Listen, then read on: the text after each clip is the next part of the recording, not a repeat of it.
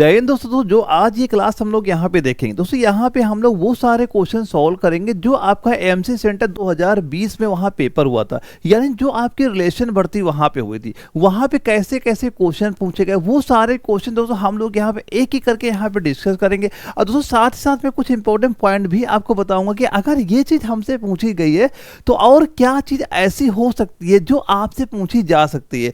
दोस्तों बस यकीन मान के आपको क्या चलना वहाँ पे, जो मैंने दोस्तों आपको बता दिया कि जो ये 100 सेट मैं कराने वाला हूँ और साथ में इन सेटों में जो इसके इंपॉर्टेंट पॉइंट मैंने आपको बता दिए, अगर आपने ये सारे चीज़ें तैयार करके अपना एग्जाम वहाँ पे देने बैठोगे तो ये मान चलना आपके पेपर क्वेश्चन यहाँ से बिल्कुल देखेंगे, क्योंकि रिपीटेड क्वेश्चन तो आता ही आता आपके पेपर में। और साथ ही मैं आपको वो सारे पॉइंट भी बताता चल रहा हूँ कि अगर ये चीज़ हमारे पेपर पूछी गई है तो और क्या चीज़ हमें तैयार वहाँ पे होना चाहिए जो हमारे पेपर में आ सकता है। तो वो सारी चीज़ें भी मैं आपको वहाँ बताता चल रहा हूँ, बस जो बता रहा हूँ ध्यान से वो सारी चीज़ें आप देखते चलना। और दोस्तों हर सेट जो मैं यहाँ पे करा रहा हूँ, बस आप एक अपना टारगेट ये हमेशा फिक्स करके चलना कि 35 क्वेश्चन सही करने ही करने किसी भी हाल में।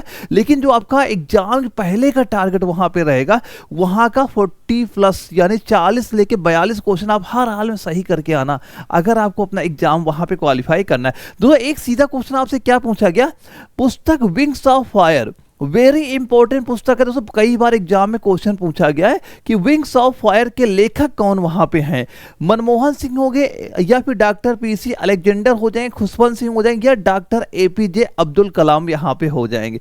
तो ये क्वेश्चन आप देखोगे बहुत बार पेपरों में पूछा भी गया वहां पे, और बिल्कुल इजी भी। लगभग जितने बच्चे यहाँ पे देख रहे हैं सबको इसका आंसर भी वहां पे जाहिर सी बात है क्लियर वहां पे होगा। तो आप क्या कहोगे, इसका आंसर आपके पेपर में आया? तो सर हम कहेंगे हमारे एग्जाम में आया तो डॉक्टर एपीजे अब्दुल कलाम का नाम बताएंगे। ऑप्शन डी आपका राइट आंसर यहां पे हो जाता है। अब यहां पे दोस्तों कई चीजें और आपसे पूछी जा सकती है, जैसे अगर आपसे कभी ये पूछ लिया गया, अच्छा ये बता दो यहां पे कि जो विंग्स ऑफ फायर है ये डॉक्टर एपीजे अब्दुल कलाम की आत्मकथा तो हो गई है। अब ये पूछा जाए आखिर ये प्रकाशित कब वहां पे की गई थी, अगर वर्ष पूछा जाता तो यहां पे क्या बताते हैं 1999 में ये पुस्तक वहां प्रकाशित आपकी वहां पे की गई थी। अब इसके अगर कोई एक ये याद करना, अगर आपसे ये पूछ लिया जाए इसके सहलेखक का नाम बता दो, सहलेखक कौन यहाँ पे हो जाएंगे, तो सहलेखक में किसका नाम बताओगे यहाँ पे? तो यहाँ पे सीधा सीधा आपको बताना अरुण तिवारी का। किसका नाम याद होना चाहिए आपको? अरुण तिवारी का नाम यहाँ पे आपको पता होना चाहिए। अब देखो यहाँ पे एक नाम जो आपका खुशवंत सिंह यहाँ पे दिया जा रहा है, ये क्या हो जाएंगे, ये भी एक प्रसिद्ध उपन्यासकारक थे। और इन्होंने कौन सा उपन्यास वहां पे लिखा था, लिखोगे नाम याद करना, train to Pakistan, train to Pakistan, ये यहां पे याद कर लेना। अगर पूछा गया ट्रेन टू पाकिस्तान के उपन्यास के लेखक कौन हो जाए, किसका नाम बताओगे? खुशवंत सिंह का नाम आप यहां पे बता देना। अब एक चीज तो आपको ये पता होगा कि एपीजे अब्दुल कलाम को मिसाइल ऑफ मैन कहा जाता था, एक चीज ये भी इंपॉर्टेंट यहां पे याद कर लेना। और एक चीज ये याद करना कि एक जो ये तो पता ही होगा कि ये भारत के मान लो राष्ट्रपति भी वहां पे रह चुके हैं। अगर क्वेश्चन पूछा जाए कि एपीजे अब्दुल कलाम कौन से वर्ष में, कौन सा इनका कार्यकाल था जब ये भारत के राष्ट्रपति वहां पे थे, तो यहाँ पे कार्यकाल क्या हो जाएगा दोस्तों, ये 2002 से लेके 2007 तक भारत क्या हो जाएंगे दोस्तों, राष्ट्रपति यहाँ पे आपके ये हो जाते हैं। इसके बाद एक क्वेश्चन ये आपसे पूछा जा सकता है कि एपीजे अब्दुल कलाम को भारत रत्न पुरस्कार कब वहां पे दिया गया था। तो अगर आपसे पूछा गया कि इनको जो भारत रत्न अवार्ड है ये पुरस्कार कौन से साल में दिया गया था, तो क्या बताओगे? 1997 में इन्हें भारत रत्न पुरस्कार भी वहां पे आपका दिया गया है। ये कुछ इंपॉर्टेंट चीजें हैं जो आपसे पूछी जा सकती हैं। ट्रेन टू पाकिस्तान ये याद करना, ये पेपर में कई बार ये भी क्वेश्चन आपका पूछा गया, इंपॉर्टेंट आपका यहाँ पे हो जाता है। तो सारी चीज हम लोग इंपॉर्टेंट यहाँ पे देखते हुए चलेंगे। अगला क्वेश्चन आता है कि जो द्रोणाचार्य पुरस्कार जीतने वाली पहली महिला वेट लिफ्टिंग कोच ये 2000 में कौन थी वहां पे, ये एग्जाम में आया।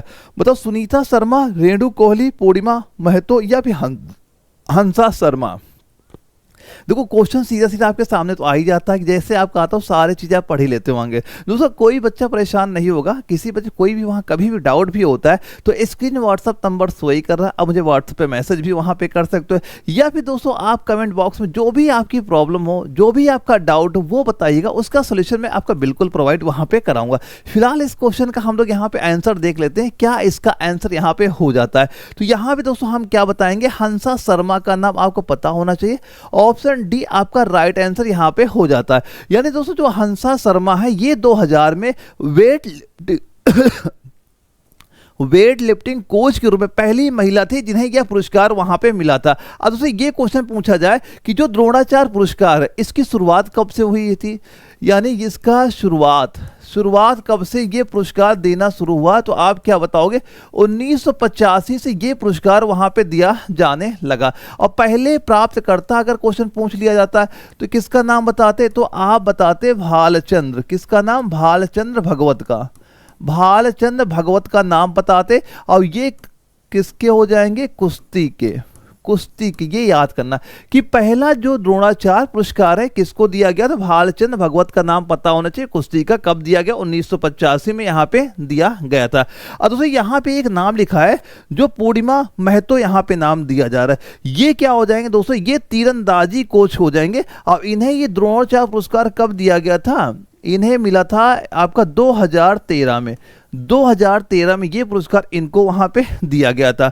और जो यहाँ पे एक नाम दिया गया रेणु कोहली का नाम दिया जा रहा है, ये क्या हो जाएंगे, एथलेटिक्स के कोच यहाँ पे आपके हो जाते हैं। दोस्तों ये जो आपका द्रोणाचार्य पुरस्कार होता है ना, इसमें क्या क्या दिया जाता है, एक तो हो जाएगा द्रोणाचार्य की जो कांस्य प्रतिमा होती वो आपको यहाँ पे दी जाती है, इसके बाद एक प्रमाण पत्र यहाँ पे आपको दिया जाता है, इसके बाद कुछ नगद राशि भी आपको दी जाती है। तो यहाँ से ये राशि वाला क्वेश्चन आता है कि इस पुरस्कार में कितनी राशि वहां पे दी जाती है, क्या बताओगे, ये वर्तमान में प्रेजेंट टाइम पे ये 15 लाख रुपए की राशि यहाँ पे अभी दी जा रही है। तो ये कुछ भी आपसे पूछा जा सकता है, सारी चीजें आपको वहां पता होनी चाहिए। तो अगला सवाल हम लोग देखते हैं, क्या दिया गया कि गंगा नदी का उद्गम स्थल बताइए, क्या वहां पे हो जाता है। तो गंगा नदी से भी हमारे कई सारे क्वेश्चन पूछे ही जा सकते हैं, ये बिल्कुल बेसिक सवाल है और लगभग सारे बच्चों को इसका आंसर भी यहाँ पे पता होगा। पहला है अरावली श्रेणी, दूसरा है लद्दाख ग्लेशियर, तीसरा है गंगोत्री ग्लेशियर और चौथा है मिलाप ग्लेशियर। तो अगर आपके एग्जाम में ये क्वेश्चन पूछा गया तो क्या बताना राइट आंसर, यहाँ पे सीधा सीधा बताओगे गंगोत्री ग्लेशियर बताओगे, ऑप्शन सी इसका राइट आंसर यहाँ पे आपका हो जाता है। यानी जो गंगा नदी का उद्गम है ये गंगोत्री ग्लेशियर है जो गोमुख से होता है, जो उत्तराखंड में हिमालय पे आपका स्थित वहां पे आपका हो जाता है।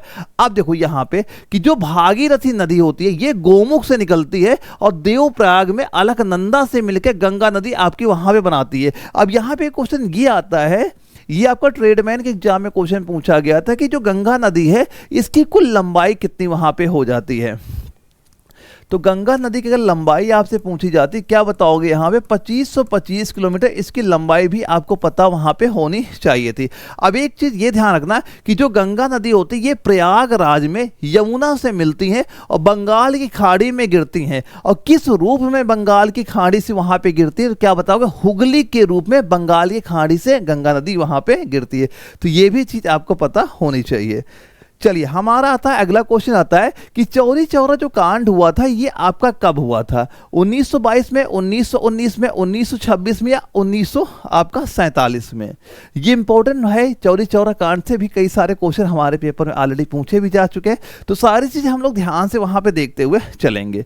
तो आप क्या बताओगे जो चौरी चौरा कांड है ये कब हुआ था, तो आप सीधा सीधा क्या कहोगे, सर हम तो कह देंगे 1922 कह देंगे, ऑप्शन ए इसका राइट आंसर यहाँ पे आपका हो जाता है। यानी चौरी चौरा कांड हुआ था, अगर इसकी फुल डेट की बात करें तो ये हो जाएगा आपका 4 फरवरी 1922 ये कंप्लीट डेट हो जाती है। ये उत्तर प्रदेश के गोरखपुर जिले में स्थित है। ये जो चौरी चौरा एक स्थान का नाम भी वहां पे हो जाता है जो उत्तर प्रदेश के गोरखपुर जिले में आपका ये स्थित वहां पे हो जाता है। इसमें दोस्तों हुआ क्या था कि जो आपका असहयोग आंदोलन के दौरान जो आके वहां प्रदर्शनकारियों ने क्या किया, पुलिस थाने में वहां पे आग लगा दी थी और जिसकी वजह से क्या हुआ था, वहां के जो 22 पुलिसकर्मी थे वो जल के वहां पे मर गए थे। उनकी अगर संख्या पूछा जाता है 22 पुलिसकर्मी वहां पे आपके हो जाते हैं। और इसी घटना के बाद क्या हुआ, महात्मा गांधी ने असहयोग आंदोलन क्या कर दिया, स्थगित वहां पे बिल्कुल आपका कर देते हैं। तो क्या राइट आंसर हो जाएगा, आप कहोगे 1922 आपका राइट आंसर यहां पे हो जाता है। देखो 1919 जो यहां पे दिया है, इससे ये भी आपका इंपॉर्टेंट होता है, किसकी वजह से, जलियांवाला जो आपका बाग हत्याकांड हुआ था ना, उसकी वजह से ये भी आपका फेमस वहां पे हो जाता है। और 1926 में कोई भी घटना यहाँ पे नहीं हुई थी। और 1947 को तो आपको पता ही कि जो भारत की स्वतंत्रता की वजह से ये डेट भी काफ़ी फेमस वहाँ पे आपकी हो जाती है। तो ये 1919 वाली भी डेट आप याद करना इंपॉर्टेंट यहाँ पे हो जाती है। तो ये 1922 आपका इस क्वेश्चन का राइट आंसर हमारा हो गया। अब ये तो भारत में लोकसभा के चुनाव हर कितने वर्ष बाद वहां पे होते हैं, लोकसभा के चुनाव कितने सालों के बाद वहां पे होते हैं, इसका भी आंसर सभी को ऑलरेडी पता ही वहां पे होगा। और कई सारे बच्चे के आंसर भी यहाँ पे कमेंट बॉक्स में आने स्टार्ट हो गए। तो इसका राइट आंसर आप क्या कहोगे, हम तो कहेंगे 5 वर्ष। ऑप्शन बी आपका राइट आंसर यहाँ पे हो गया। यानी दोस्तों जो भारतीय संविधान का जो अनुच्छेद नंबर 83, क्या बताओगे यहाँ पे, अनुच्छेद नंबर 83(2) के अनुसार लोकसभा का जो कार्यकाल होगा कितने वर्ष का होगा, 5 वर्ष का वहां पे होता है। अनुच्छेद भी ये याद करना इंपॉर्टेंट यहाँ पे आपका हो जाता है। वैसे चुनाव जो होता है सामान्य रूप से हर 5 वर्ष में हो सकता है, लेकिन अगर कभी आपातकाल वहां पे लग गई तो ये कार्यकाल 5 साल से 1 साल आपका बढ़ाया भी जा सकता है। ये भी क्वेश्चन पेपर में आया था कि अगर जो कार्यकाल 5 वर्ष का होता है, अब अगर आपातकाल की कंडीशन आ गई, वैसी मान लो स्थिति वहां पे आ गई, तो ये कार्यकाल आपका 5 साल से 1 साल और वहां पे बढ़ाया जा सकता है। ये चीज आपको पता होना चाहिए। अब देखो यहाँ पे जो ये 6 है ना, 6 से एक चीज ये याद करना, 6 से ये क्या हो जाएगा, जो आपका राज्यसभा है इसमें याद करना, राज्यसभा का ये कार्यकाल हो जाएगा। राज्यसभा कार्यकाल कितने वर्ष होगा, आप कहोगे 6 वर्ष का। अब इसी से रिलेटेड एक चीज ये याद करना कि इसमें हर 2 वर्ष में आपके इसके जो आपके 1/3 सदस्य क्या हो जाते हैं, आपके रिटायर वहां पे हो जाते हैं। रिटायर क्या होता है, रिटायर वहां पे हो जाता है। इसी वजह से दोस्तों जो आपका राज्यसभा है ये कभी भी भंग वहां पे नहीं होती है। राज्यसभा कभी आपकी भंग वहां पे नहीं होती, ये चीज याद करना। और देखो यहाँ पे लोकसभा में एक चीज ये आप याद करना कि जो आपका लोकसभा में अधिकतम कितने सदस्य वहां पे हो सकते हैं, तो आप क्या कहोगे, अधिकतम इसमें 552 सदस्य आपके हो सकते हैं। ये इंपॉर्टेंट है, क्वेश्चन पेपर में आ चुका है। लोकसभा में अधिकतम संख्या कितनी वहां पे हो सकती है, 552 आपको वहां बताना है। अब अगर ये कभी पूछ लिया जाए, अच्छा ये बताओ वर्तमान में कितने इसमें सदस्य हैं, भी अगर वर्तमान का आपसे पूछ लिया जाए कि एक ये भी बता दो कि वर्तमान में सदस्यों की संख्या कितनी यहाँ पे हो गई है, तो क्या बताओगे, 543 ये हो जाएगी वर्तमान में सदस्य वहां पे आपकी हो जाती है। और आपातकाल का मैंने बता ही दिया है कि आपातकाल में क्या हो सकता है कि जो आपका लोकसभा है जो आपका कार्यकाल 5 वर्ष का वहां पे होता है, ये 1 साल और आपका बढ़ाया जा सकता है। याद ये भी आप रखिएगा। अब ये बताओ, स्वराज मेरा जन्मसिद्ध अधिकार है और मैं इसे लेके रहूंगा, किसने वहां पे कहा था, बताओ।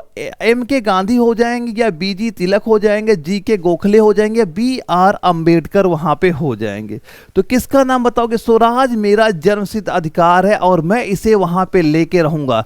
ये सारे क्वेश्चन आपके आर्मी नर्सिंग असिस्टेंट के एग्जाम में पूछे जा चुके हैं और आपको ऐसे ही क्वेश्चन की प्रैक्टिस जरूर वहां पे करनी अगर आपको अपना एग्जाम क्लियर करना है। तो क्या बताओगे, इसका राइट आंसर क्या हो जाएगा, तो यहां पे आप बताओगे किसका, तिलक जी का नाम आपको पता होना चाहिए। ऑप्शन नंबर बी इसका राइट आंसर यहां पे हो जाता है। और दोस्तों तिलक के बारे में इनके जो न्यूज़पेपर था, अखबार था, उसकी लैंग्वेज पूछी जाती, उससे बच्चे कंफ्यूज वहां पे होते, आपको कंफ्यूज वहां पे नहीं होना है। क्या बताओगे, देखो जो तिलक के अखबार थे, तिलक अखबार थे, तो इन्होंने 2 मेन इनके अखबार थे। एक इनका था केसरी, एक अखबार का नाम था केसरी नाम था और एक का नाम था मराठा। अब दोस्तों यहाँ पे कंफ्यूजन क्या होती थी, जो इनका ये केसरी अखबार था ये इसकी भाषा क्या थी, मराठी भाषा थी। क्या थी, मराठी भाषा। और जो ये मराठा था इसकी भाषा क्या थी दोस्तों, यहाँ पे अंग्रेजी भाषा। इसकी भाषा क्या थी, अंग्रेजी भाषा इसकी वहाँ पे थी। तो ये दोनों आपके इंपॉर्टेंट यहाँ पे हो जाते हैं। और इनके बाद जो तिलक जी थे, इनके बाद एक चीज ये भी इंपॉर्टेंट पॉइंट है, नोट करिएगा कि सीधा सीधा क्वेश्चन ये पूछेगा कि होम होम रूल लीग की स्थापना बाल गंगाधर तिलक ने कब वहां पे की थी? तो क्या बताओगे? ये हो जाएंगे इसके संस्थापक सदस्य दोस्तों हो जाते 1916, ये आप वहां पे याद करना।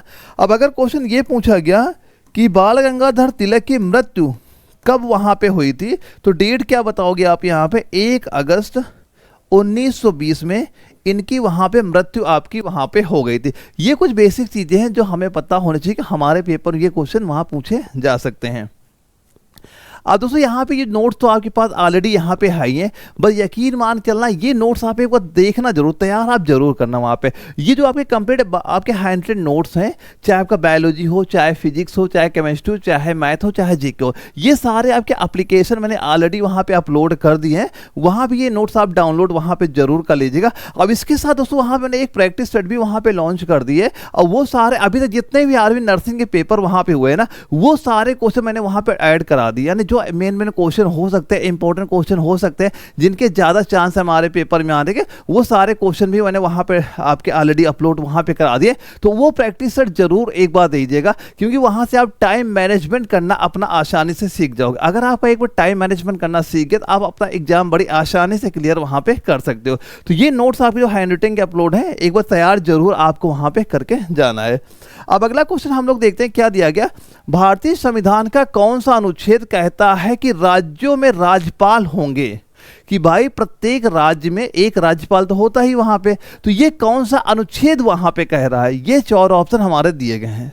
अब देखो ये सारे आर्टिकल आपके इंपॉर्टेंट में, सभी के बारे में कुछ कुछ चीजें आपको बताऊंगा, सारी चीजें ध्यान से आपको देखना भी वहां पे। पहले इसका हम लोग राइट आंसर क्या देख लेते हैं। ये हो जाएगा अनुच्छेद 153, ऑप्शन नंबर बी आपका राइट आंसर यहाँ पे हो जाता है। यानी अनुच्छेद 153 क्या कहता है कि जो प्रत्येक राज्य के लिए एक राज्यपाल आपका वहां पे होगा। अब ये क्वेश्चन ये आता है कि जो आपका राज्यपाल होता है किसके द्वारा नियुक्त वहां पे किया जाता है?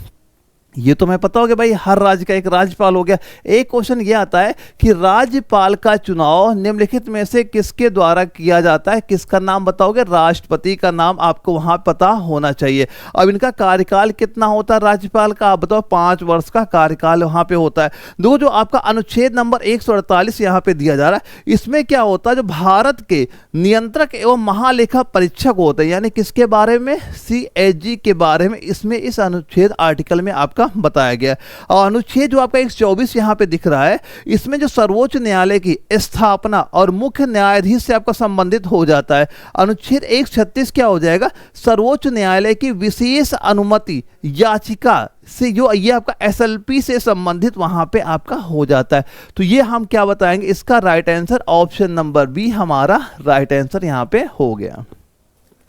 अगले क्वेश्चन देखते हैं कि पहली गोल में सम्मेलन कब वहां पे हुआ था? दोस्तों जो आपके ये 3 गोल में सम्मेलन वहां पे हुए थे, कम से कम उनके आपके वर्ष आपको पता वहां पे होने चाहिए। सीधा क्वेश्चन पूछेगा, दूसरा गोल में सम्मेलन कौन से वर्ष में हुआ था? तीसरा कब वहां पे हुआ था? तो कुछ भी चीजें आपसे पूछी जा सकती हैं। तो दोस्तों पहला पूछा गया, पहली गोल में सम्मेलन कब वहां पे शुरू आपका हुआ था? तो हम क्या कहेंगे? नवंबर 1930 में।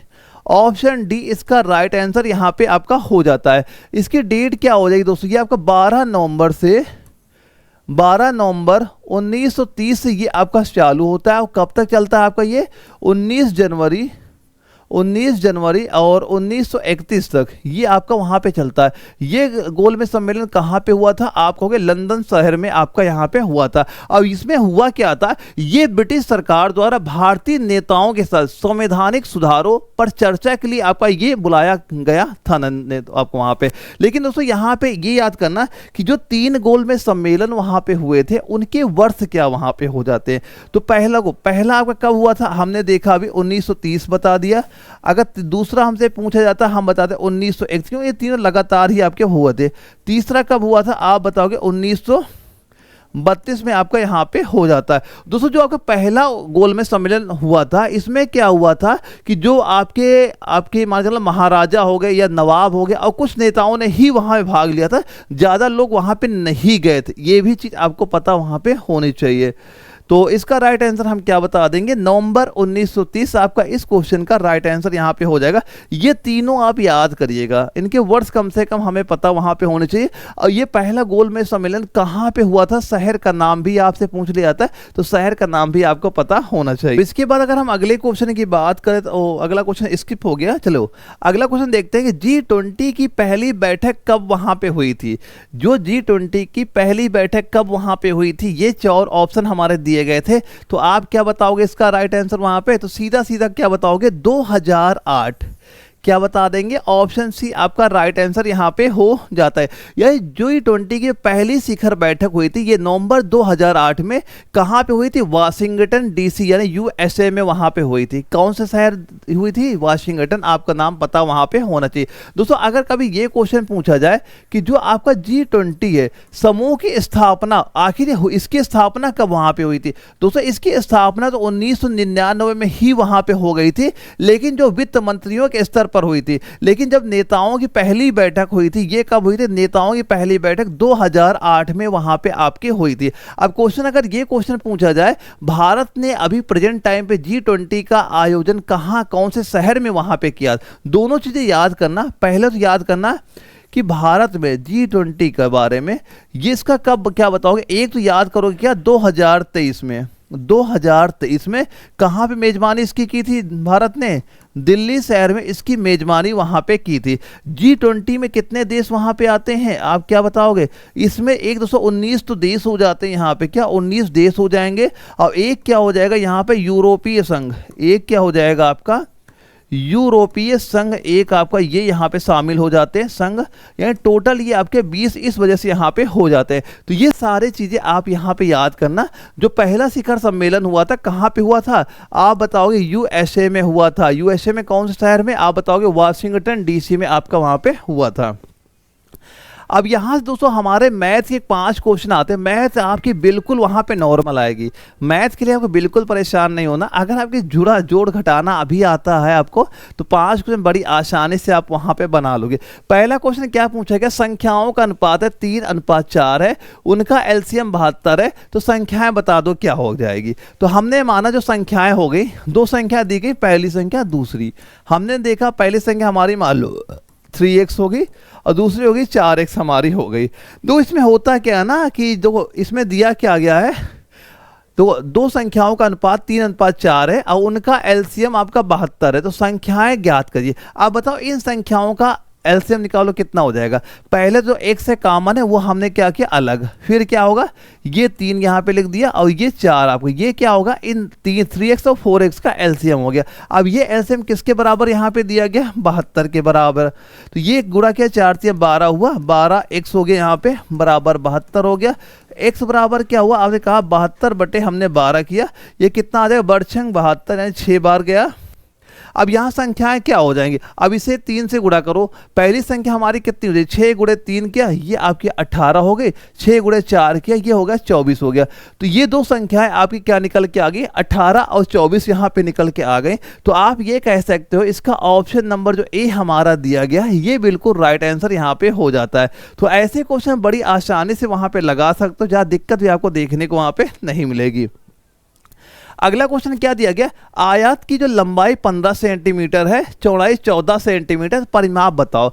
तो आयत का परिमाप का फार्मूला क्या वहां पे होता है, सीधा हमें पता है 2l + b, ये फार्मूला यहाँ पे हमारा हो जाता है। तो यहाँ पे क्या दिया गया, 2 गुणे लंबाई चौड़ाई का जोड़ दो, यहाँ पे जोड़ो कितना हो जाएगा, 5 5 4 9, इधर तो हो गया हमारा 9 होगा, और 1 1 2 हो गया 29, और 2 29 का जैसे आप डबल यहाँ पे करोगे क्या हो गया, 58 सेंटीमीटर आपका यहाँ पे हो गया। अब यही हमारा क्या हो गया, परिमाप, ये क्या हो गया आपका 58 परिमाप हो गया। आप क्या कह दोगे, इसका ऑप्शन नंबर 2 हमारा बिल्कुल राइट आंसर इस क्वेश्चन के यहाँ पे हो जाता है।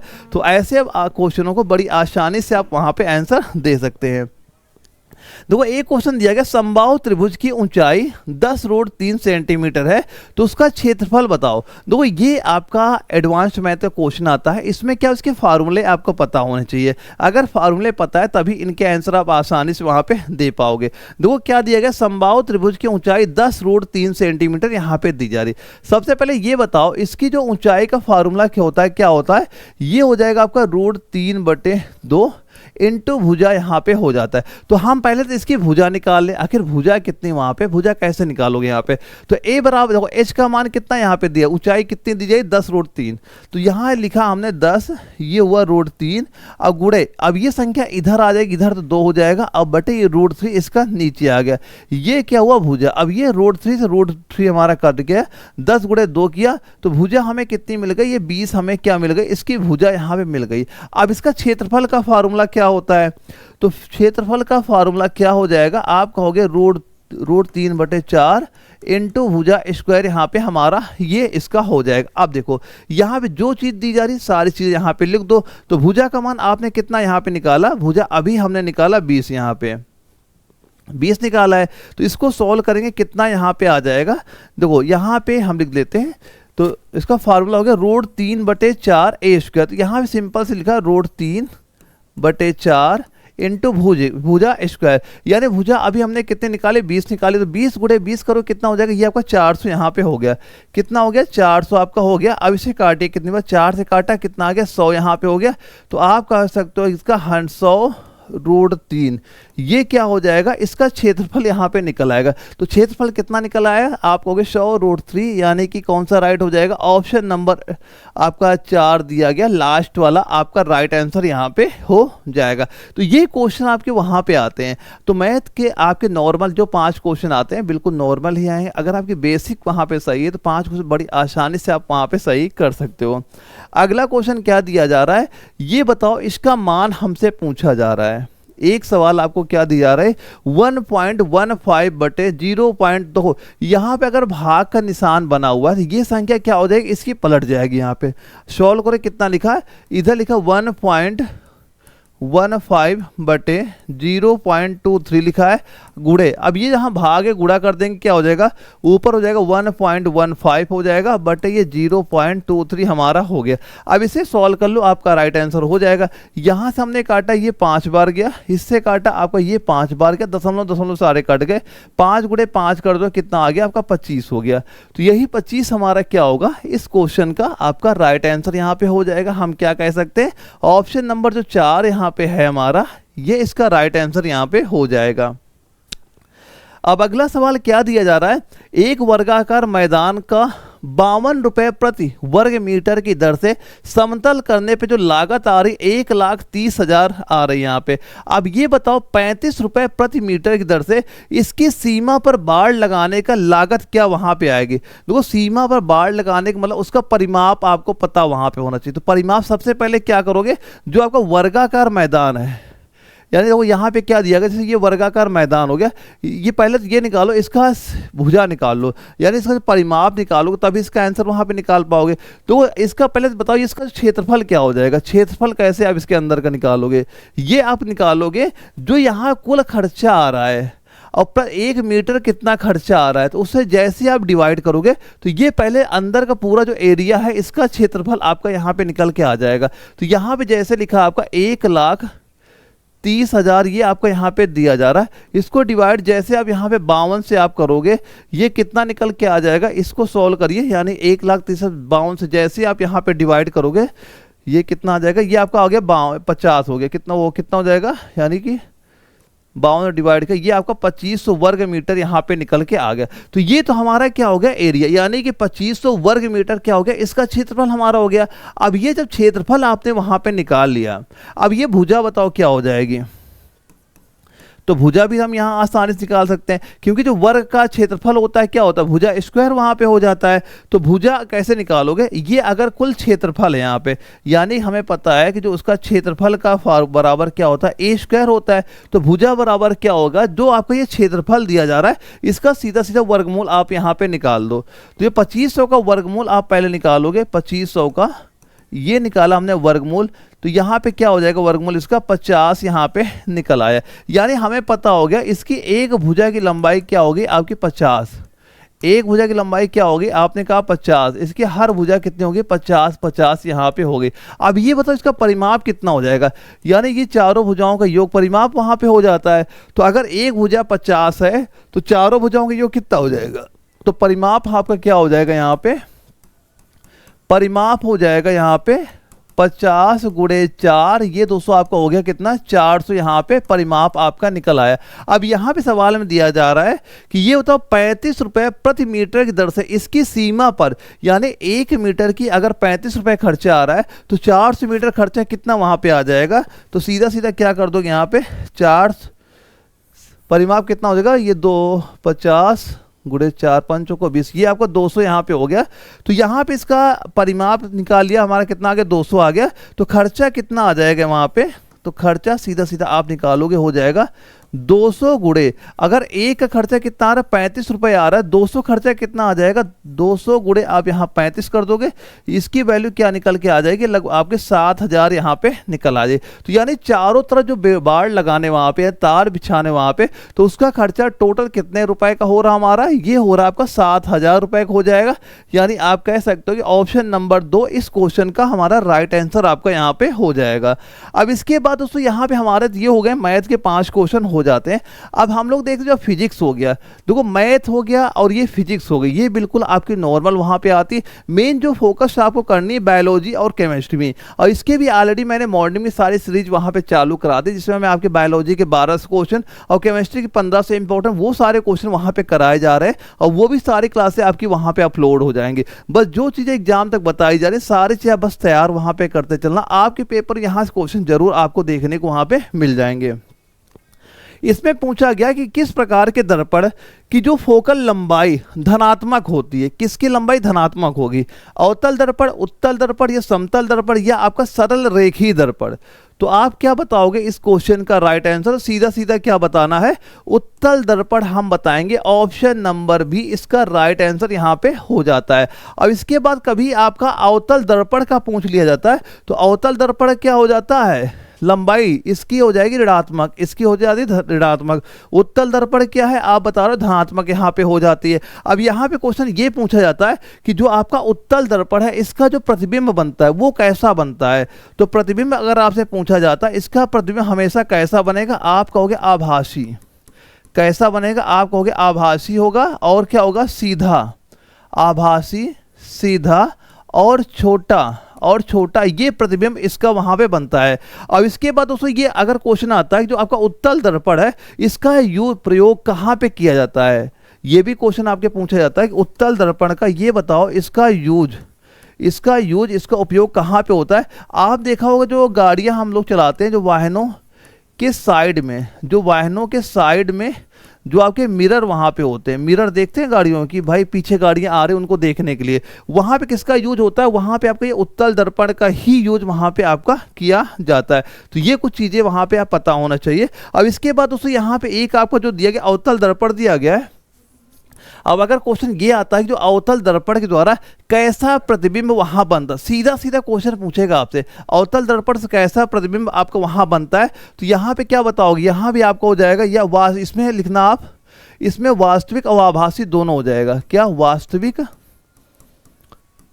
वास्तविक भी हो जाएगा और आपका आभासी भी यहाँ पे हो जाएगा। वास्तविक हो गया, आभासी हो गया, ये दोनों प्रकार के प्रतिबिंब कहाँ पे बन जाते हैं, ये आपका जो अवतल दर्पण होता है वहां से आपका बन जाता है। और इसके बाद एक क्वेश्चन आता है फोकल लंबाई क्या होती है। फोकल लंबाई क्या होती है, जो वक्रता त्रिज्या की आधी होती है। अगर क्वेश्चन देखो इसका फार्मूला पूछता है कि फोकल लंबाई क्या होती है, तो फोकल लंबाई सीधा सीधा होती है कि जो आपकी ये फोकल लंबाई होती है, क्या होती है फोकल लंबाई, जो आपकी फोकल लंबाई होती है ये आपकी जो वक्रता त्रिज्या की क्या होती है, आधी होती है। ये क्वेश्चन जब हम लोग न्यूमेरिकल वाले देखेंगे ना, आप ये भी क्वेश्चन आके दिखेंगे, सीधा आएगा फोकल लंबाई बराबर क्या होती है, जो आपकी वक्रता त्रिज्या की आधी कर देंगे फोकल लंबाई हो जाएगा। ये प्रतिबिंब याद करना, सीधा क्वेश्चन आता है, ये आपका इंपॉर्टेंट यहाँ पे हो जाता है कि जो उत्तल दर्पण आपका वहां पे होता है, इसका यूज कहां पे आपका किया जाता है। तो गाड़ियों जो साइड मिरर है उसका ध्यान रखना अगर पेपर में क्वेश्चन आपके पूछा जाए तो।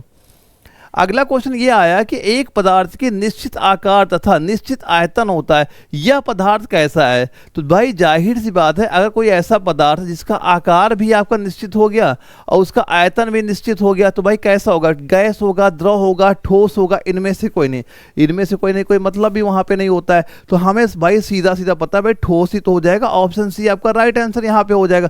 क्योंकि दोस्तों द्रव में क्या होता है, द्रव में क्या होता है, निश्चित आयतन होता है लेकिन आकार तो बदलता रहता है, जैसा हुआ बर्तन होगा उसी का आकार वहाँ पे ले लेता है।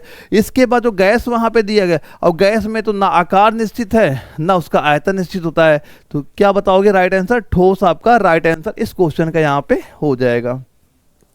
अब ये बताओ ठोसों में ऊष्मा का स्थानांतरण किस प्रक्रिया में होता है?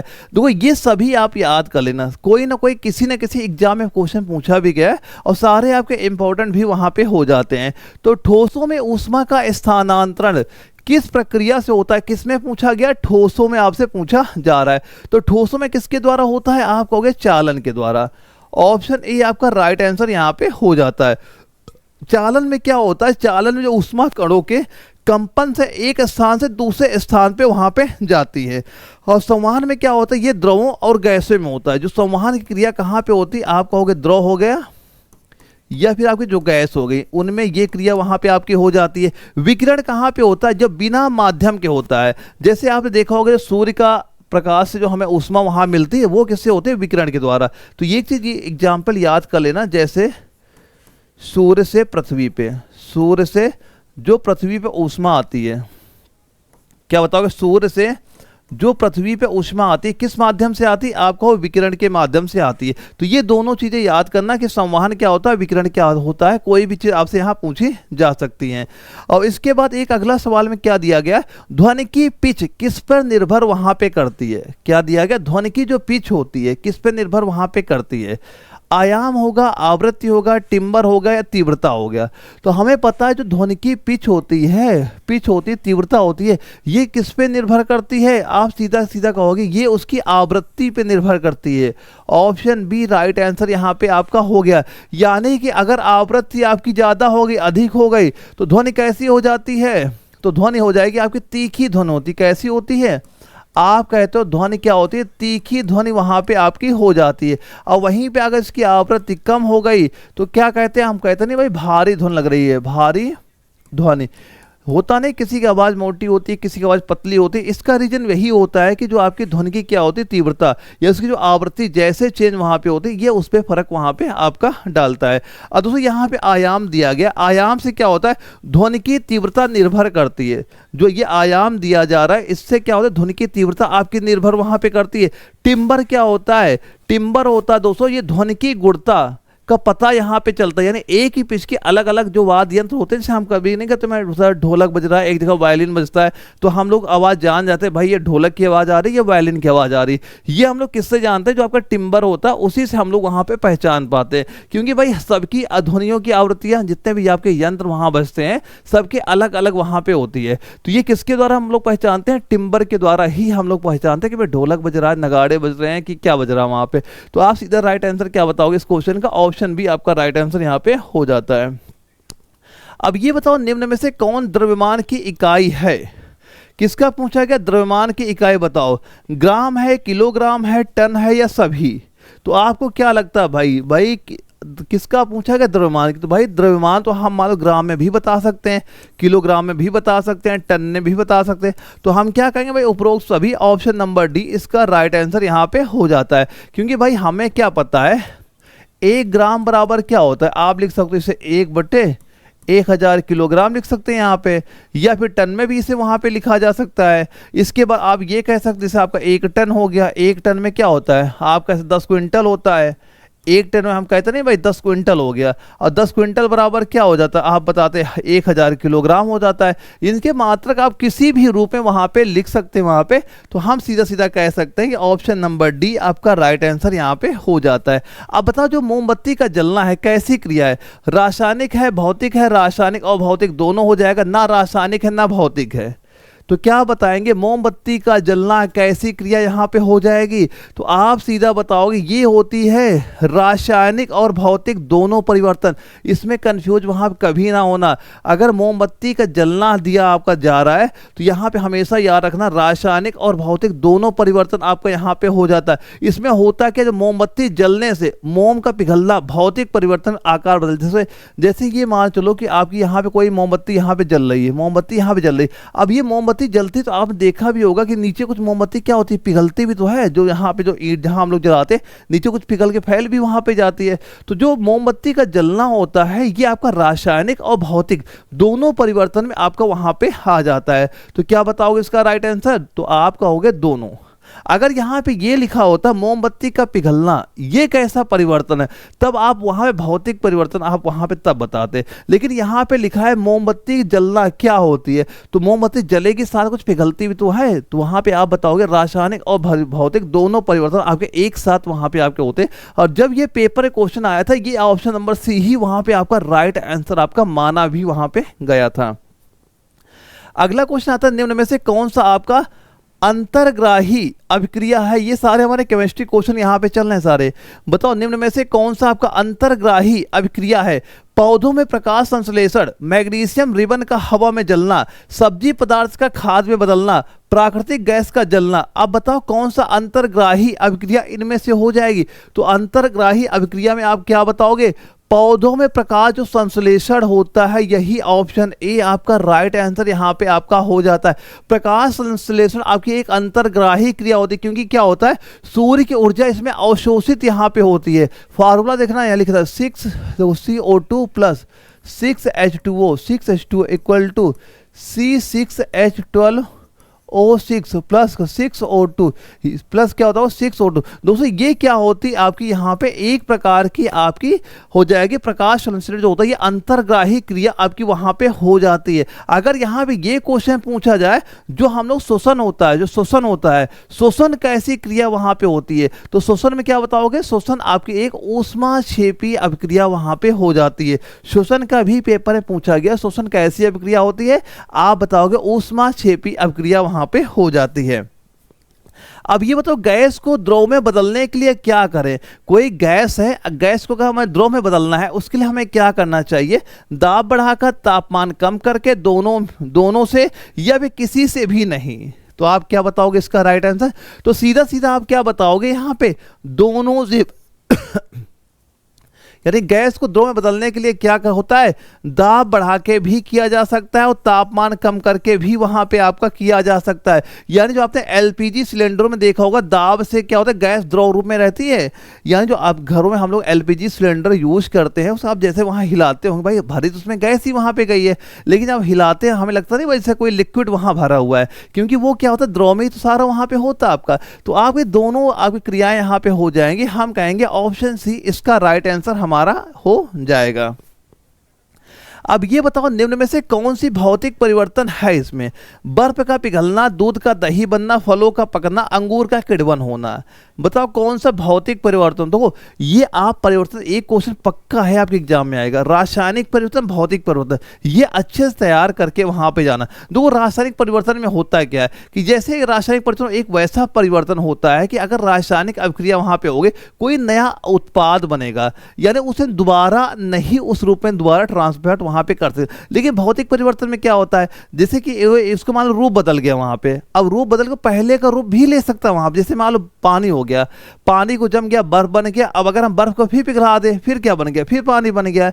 ये तो ये कैसा परिवर्तन हो जाएगा, ये आपका भौतिक परिवर्तन यहाँ पे हो जाता है। फिलहाल इसका राइट आंसर आप क्या कहोगे, बर्फ का पिघलना आपका इस क्वेश्चन का ऑप्शन ए आपका राइट आंसर यहाँ पे हो जाता है। अब देखो यहां पे क्या हुआ, जो बर्फ का पानी बनना एक भौतिक परिवर्तन हो गया, यानी ये ठोस से द्रव में हुआ, फिर द्रव से ठोस हम लोग यहां पे बदल सकते हैं। अब यहां लिखा देखो दूध का दही में बनना, इसमें क्या होगा, ये आपका रासायनिक परिवर्तन यहां पे होता है, क्योंकि इसमें क्या होता है आपका लैक्टिक एसिड बन जाता है। क्या बन गया, लैक्टिक एसिड बन गया, यानी दूध का अगर दही बन गया तो क्या हम लोग दही से दूध भी बना सकते हैं, हम लोग नहीं बना सकते। यानी अगर किसी दूसरा रूप वहां बन गया और उस रूप से अगर पहले वाला रूप नहीं बना सकते, सीधा याद रखना वो रासायनिक परिवर्तन वहां पे हो जाएगा।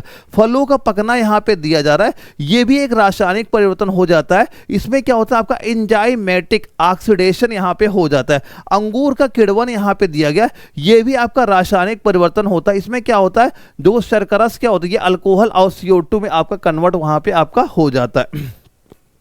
तो आप क्या कह सकते हो, बर्फ का पिघलना आपका राइट आंसर यहां पे हो जाएगा। अगला क्वेश्चन हमारा क्या दिया जा रहा है, कौन सी धातु कमरे के तापमान पे आपके द्रव अवस्था में रहती है? सोडियम है, मैग्नीशियम है, मरकरी है, लिथियम है, किसका नाम आप बताओगे? आप काउंट करते चलना स्कोर कितना आपका यहाँ पे हो रहा है।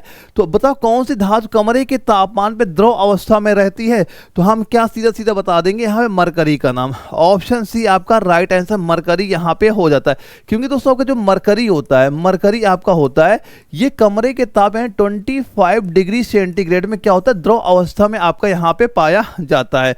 तो किसका नाम बताओगे आप? मरकरी का नाम आपको यहाँ पता होना चाहिए। इसके बाद जैसे आपका सोडियम हो गया, लिथियम हो गया, ये क्षारीय धातुएं होती हैं ठोस, लेकिन पानी में अभिक्रिया बहुत ज्यादा वहां पे आपकी कर जाती है। और दोस्तों पहले क्या होता था, जो आपका ये मरकरी था ना, यहाँ पे मरकरी का थर्मामीटर में इसका यूज वहां पे किया जाता है। अब ये प्रतिबंधित वहां पे कर दिया गया, क्योंकि ये क्या है, जानलेवा। एक क्वेश्चन अगर कभी पूछा जाए कि मरकरी का प्रयोग कहां पे होता है, तो आप क्या बताओगे? थर्मामीटर में प्रयोग वहां पे पहले किया जाता है, लेकिन अब इसमें प्रतिबंध वहां पे लगा दिया गया, क्योंकि ये काफी ज्यादा हानिकारक आपका वहां पे हो जाता था।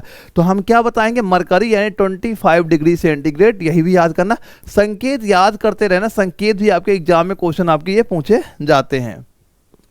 वॉशिंग सोडा का रासायनिक नाम बता दीजिए क्या होगा? सोडियम क्लोराइड होगा, सोडियम हाइड्रोजन कार्बोनेट होगा, सोडियम कार्बोनेट होगा, या सोडियम हाइड्रोक्साइड वहां पे हो जाएगा। तो किसका पूछा गया? वॉशिंग सोडा का रासायनिक नाम बता दीजिए। तो हम क्या बताएंगे? सोडियम कार्बोनेट, यानी ऑप्शन सी आपका राइट आंसर यहाँ पे हो जाता है। अगर इसका रासायनिक नाम छोड़ के रासायनिक सूत्र आपसे पूछ लिया जाता है, तो इसका रासायनिक सूत्र आप क्या बताओगे? सीधा सीधा ये हो जाएगा आपका Na2CO3 इंटू 10H2, ये इसका रासायनिक सूत्र यहाँ पे हो जाएगा। ये चीज भी आपको यहाँ पता होनी चाहिए। अब कहाँ पे यूज होता है? सफाई में उपयोग होता है, क्योंकि ये क्या होता है, क्षारीय वहाँ पे आपका होता है। अब ये सोडियम क्लोराइड क्या हो जाएगा आपका? ये तो हो गया NaCl यहाँ पे आपका हो जाता है, और सोडियम हाइड्रोजन कार्बोनेट यहाँ पे दिया जा रहा है। इसे क्या बेकिंग सोडा के नाम से आपका जाना जाता है, इसे NaHCO3, ये क्या होता है आपका? Baking soda. ये क्या हो जाता है आपका? बेकिंग सोडा आपका यहाँ पे हो जाता है। और ये क्या हो जाएगा आपका? ये होता है नमक। क्या हो गया? नमक आपका यहाँ पे हो गया। और सोडियम हाइड्रोक्साइड यहाँ पे दिया गया है, इसका फार्मूला हो जाएगा आपका NaOH होता है। इसको नाम क्या हो जाएगा? कास्टिक सोडा के नाम से आपका ये जाना जाता है। किस नाम से? कास्टिक सोडा के नाम से आपका जाना जाएगा। तो ये सारे पॉइंट भी आप एक बार देख लेना, क्योंकि आपके पेपर कुछ भी वहां पूछा जा सकता है। प्रबल अम्ल और प्रबल क्षार के लवण का पीएच मान वहां पे कितना होता है? प्रबल अम्ल और प्रबल क्षार के लवण का जो पीएच मान वहां पे होता है, इसका पीएच मान आपसे पूछा गया कितना यहाँ पे होता है। तो आप क्या कहोगे भाई? आप क्या बता दो? इसका राइट आंसर 7 हो जाएगा। ऑप्शन नंबर बी आपका राइट आंसर यहाँ पे होता है। क्या होता है? प्रबल अम्ल प्रबल क्षार का जो लवण हो जाता है कैसा हो जाएगा? आप कहोगे वो उदासीन होता है। क्या होता है? उदासीन आपका वहां पे हो जाता है। बस इतना याद करो कि वो क्या हो जाएगा? उदासीन वहां पे हो जाता है। पीएच मान तो हमें पता ही कि कोई चीज अगर उदासीन हो गई तो पीएच मान कितना हो जाएगा? आप कहोगे 7 वहां पे हो जाता है। अगला क्वेश्चन आता है, उभयधर्मी ऑक्साइड कौन है? उभयधर्मी आपका ऑक्साइड इनमें से बताना है कौन यहाँ पे हो जाएगा। तो उभयधर्मी ऑक्साइड बताइए, इनमें से आपका कौन सा वहां पे होता है? दोस्तों जो आपके उभयधर्मी ऑक्साइड होते हैं, ये अम्ल और क्षार दोनों से अभिक्रिया वहां पे करते हैं। दोनों से अभिक्रिया करते हैं। कौन से होते हैं? एक तो आप बताया Al2O3 जैसे हो गया, एक आपका ZNO हो गया। ये क्या हो जाते हैं? उभयधर्मी ऑक्साइड यहाँ पे हो जाते हैं। हम क्या बताएंगे? Al2CO3 ऑप्शन नंबर बी आपका राइट आंसर हो जाएगा। ये दोनों आपके उभयधर्मी हो जाएंगे। Al2O3 हो या ZNO, ये दोनों क्या हो जाएंगे? उभयधर्मी। ये ऑक्साइड अम्ल और क्षार दोनों से अभिक्रिया वहां पे करते हैं। जैसे ये मान चलना, यहाँ पे हो गया Al2O3। अब इसकी अभिक्रिया हमने अगर HCl से करा दी, किससे? HCl से, तो ये क्या बना देगा? आप कहोगे ये बना देगा लवण, यहाँ पे बना दिया। अब वहीं पे अगर इसकी हमने अभिक्रिया Al2O3 प्लस NaOH हमने यहाँ पे करा दी, किससे? NaOH से, ये क्या बना देगा? यहाँ लिखोगे आप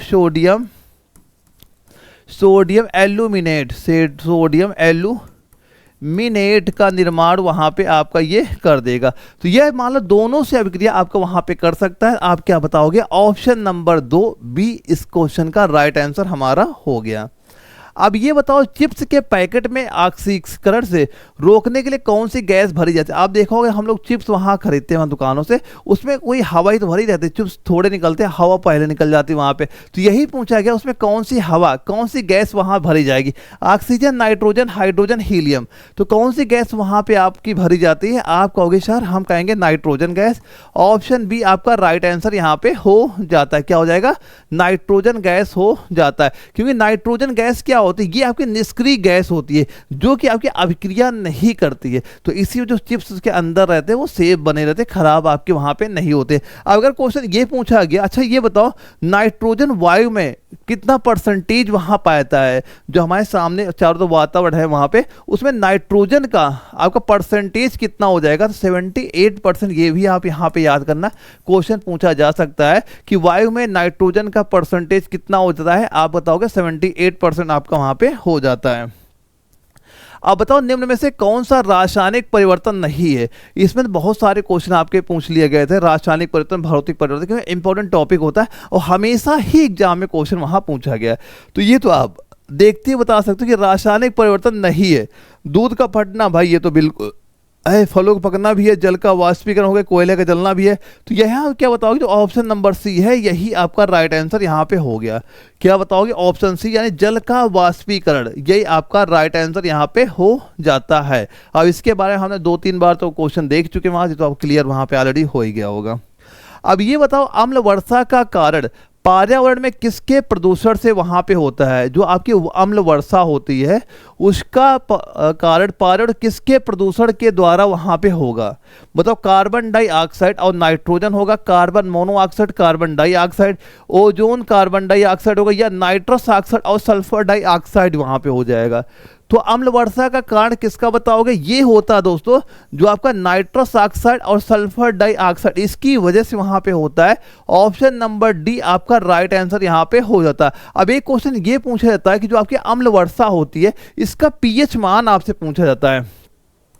ये बताओ जो आपका अम्ल वर्षा होती है इसका पीएच मान क्या होते हैं, ये बताओ आप 5.6, आप क्या बताओ 5.6 आपका यहाँ पे हो जाता है। क्या हो जाएगा 5.6। इंपॉर्टेंट है, सीधा सीधा क्वेश्चन आएगा कि जो आपकी अम्ल वर्षा है इसका पीएच मान बताइए कितना वहां पे होता है। क्या बताओगे 5.6 आपका पता वहां पे होना चाहिए।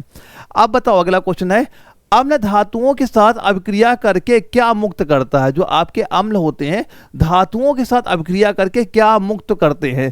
कार्बन मोनोऑक्साइड है, जल है, हाइड्रोजन है, कार्बन डाइऑक्साइड। तो अम्ल जो धातुओं के साथ अभिक्रिया करेंगे क्या मुक्त हो जाएगी, हम कहेंगे भाई हाइड्रोजन ही तो मुक्त वहां पे होती है। ऑप्शन सी इसका राइट आंसर हो गया। यानी ये मान लो जैसे आपका HCl हो गया, HCl हो गया और प्लस ये Zn हो गया, क्या आप मुक्त करेंगे, देखो ZnCl2 ये क्रिया हुआ और प्लस का ये हाइड्रोजन गैस क्या हो गई, मुक्त हो गई। तो क्या मुक्त करते हैं, हाइड्रोजन गैस आपके मुक्त वहां पे हो जाती है। तो हम क्या कह सकते हैं, ऑप्शन नंबर सी इसका राइट आंसर हमारा हो जाएगा। अब ये बताओ प्लास्टर ऑफ पेरिस का रासायनिक सूत्र क्या होगा। फार्मूला आपसे पूछा गया प्लास्टर ऑफ पेरिस का, ये सिंपल सा है, सीधा सभी को पता हो, CaSO4 × ½ हो गया। आप बचपन से ये क्वेश्चन पढ़ते ही वहां पे आए होंगे। क्या हो जाएगा आपका ये CaSO4 ½ किसका हो जाएगा, प्लास्टर ऑफ पेरिस का। अब ये क्वेश्चन तो आप जब वहाँ 7 या 8 में होंगे तब से ये रट्टा मारते हुए यहाँ पे आ रहे होंगे, क्योंकि ये रासायनिक सूत्र भी जो इनके फार्मूले होते हैं वो याद करना वहाँ पे, क्योंकि कोई भी आप चीज से वहाँ पूछी जा सकती है। अगला क्वेश्चन देखते हैं क्या दिया गया, एक प्रतिवर्ती प्रक्रिया क्या होती है। क्या पूछा गया, एक प्रतिवर्ती प्रक्रिया क्या होती है। तो हमें क्या पता होना चाहिए, तो ये पहले ऑप्शन एक बार पढ़ लो, फिर मैं इसका राइट आंसर आपको यहाँ पे बताता हूँ कि जो आपकी प्रतिवर्ती प्रक्रिया होती है वो कैसी यहाँ पे होती है। देखो यहाँ पे क्या लिखा है, संतुलन अवस्थाओं को निरंतर सकला से होकर, हाँ ये बात बिल्कुल सही है। और पर्यावरण में घटनाओं का कोई इतिहास नहीं छोड़ती हैं, ये भी बात सही है। प्रतिवर्ती पथ पर आगे की पथ जैसे ही अवस्थाओं से होकर गुजरनी चाहिए, ये भी बात सही है। यानी तीनों बात सही हो गई। तो ऑप्शन जो डी दिया गया सही विकल्प सही है। ऑप्शन डी आपका राइट आंसर यहाँ पे हो जाता है। क्या कह दोगे, ऑप्शन डी इस क्वेश्चन का राइट आंसर यहाँ पे हो जाता है। ये जो प्रतिवर्ती प्रक्रिया है ये सारी गुण इसमें आपके वहां पे हो जाते हैं। तो ऑप्शन डी इस क्वेश्चन का राइट आंसर यहाँ पे हो गया। आप बताओ, अम्ल क्षारों के साथ अभिक्रिया करके लवण और जल बनाते हैं, ये अभिक्रिया किस नाम से वहां पे जानी जाती है? जो आपके अम्ल होते हैं, अम्ल क्षारों के साथ अभिक्रिया करके जो लवण और जल बनाते हैं, ये अभिक्रिया किस नाम से वहां पे जानी जाती है? तो हम इसका नाम क्या वहां पे देते हैं? ये बोलते हैं उदासीनता। क्या कहते हैं? उदासीनता। ऑप्शन नंबर बी आपका राइट आंसर यहां पे हो जाता है। दो उदासीनता अभिक्रिया क्या होती है? जैसे पहले हमने कोई लिखा अम्ल HCl, दो HCl हमारा हो गया अम्ल, और क्षार क्या होगा? NaOH हमारा क्या होगा? ये आपका क्षार हो गया। ये क्रिया करके क्या बनाएगा? लवण। NaCl क्या हो गया हमारा? ये लवण हो गया, और प्लस H2O प्लस जल, ये आपका बन गया वहां पे। तो ये कैसी क्रिया कहलाती है? आप कहे तो उदासीनता। कैसी क्रिया हो जाती है? उदासीनता हो जाती है। तो हम सीधा सीधा कह देंगे ऑप्शन नंबर बी हमारा राइट आंसर इस क्वेश्चन का हो जाता है। आप काउंट करते चलना है क्या स्कोर आपका वहां पे हो रहा है। अगला क्वेश्चन अगर हम लोग यहाँ पे देखें, ये बताओ स्पाइरोगायरा में प्रजनन की विधि क्या है? यहाँ से हमारे बायोलॉजी क्वेश्चन स्टार्ट हो जाते हैं और 15 क्वेश्चन हमारे बायोलॉजी के एग्जाम में वहां पूछे जाते हैं। तो फिलहाल बताओ इस क्वेश्चन का राइट आंसर क्या होगा? स्पाइरोगोयरा में प्रजनन की विधि क्या है? खंडन है, मुकुलन है, बीजाणु निर्माण है, या लैंगिंग है? तो आप क्या बताओ? अगर आपके एग्जाम में ये क्वेश्चन पूछा गया तो सीधा सीधा आप कहोगे भाई हम तो कहेंगे खंडन। क्या कहते हैं? खंडन। ऑप्शन ए इसका राइट आंसर यहाँ पे हो जाता है। देखो, जो आपके ये स्पाइरोगोरा होते हैं, ये एक शैवाल है जो आपके मुख्यतः अलैंगिक प्रजनन खंडन से वहां पे करता है। और ये खंडन में क्या होता है? तंतु जो होते हैं इनकी, ये टूटकर प्रत्येक खंड नया स्पाइरोगोरा आपका वहां पे बना लेते हैं। अब इसके बाद एक यहाँ पे जो बीजाणु निर्माण आपका दिया जा रहा है, ये क्या किस में होता है? ये फंगस में होता है। किस में होता है? ये आपका कवक में, फंगस में वहां पे आपका होता है। और इसके बाद एक जो यहाँ पे अलैंगिक स्पाइरोगोरा होते हैं, ये तालाबों में आपकी हरी परत बनाता है जो कि क्लोरोफिल युक्त वहां पे आपकी हो जाती है। और ये सारे सारे आपके यूकैरियोटिक बहुकोशिकाएं आपकी शैवाल का निर्माण भी वहां पे करती हैं। तो सीधा सीधा यहाँ पे हम क्या बता देंगे? खंडन इस क्वेश्चन का आपका राइट आंसर यहाँ पे हमारा हो जाता है। हम लोग यहाँ पे देखते चलते हैं जल्दी जल्दी क्वेश्चन वहाँ पे, क्योंकि ये सारे आपको एक आइडिया ये यहाँ पे लग रहा है कि हमारे पेपर में कैसे क्वेश्चन वहाँ पूछे जा सकते हैं, ताकि आप उसी हिसाब से अपनी तैयारी वहाँ पे कर सकें। अगला क्वेश्चन अगर हम देखें यहाँ पे, ये बताओ फास्ट फूड जैसे पिज्जा और बर्गर्स में सामान्यतः कौन सा पोषक तत्व प्राप्त वहाँ पे होते हैं? जैसे फाइबर और विटामिन, प्रोटीन और कैल्शियम, कार्बोहाइड्रेट और आयरन, और चौथा है वसा और सोडियम। तो क्या चीज यहाँ पे आपकी मिलती है? बताइए।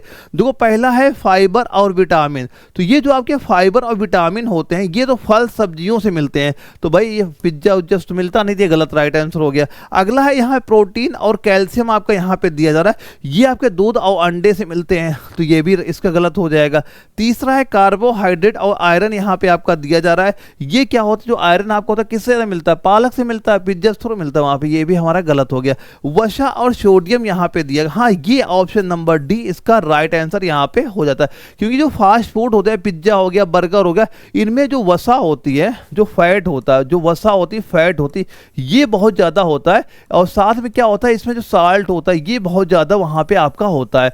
इसी वजह से क्या होता है? जो आपका मोटापा है, मोटापा बड़ी जल्दी वहां पे आने लगता है, जो लोग ये फास्ट फूड का ज्यादा यूज वहां पे करते हैं।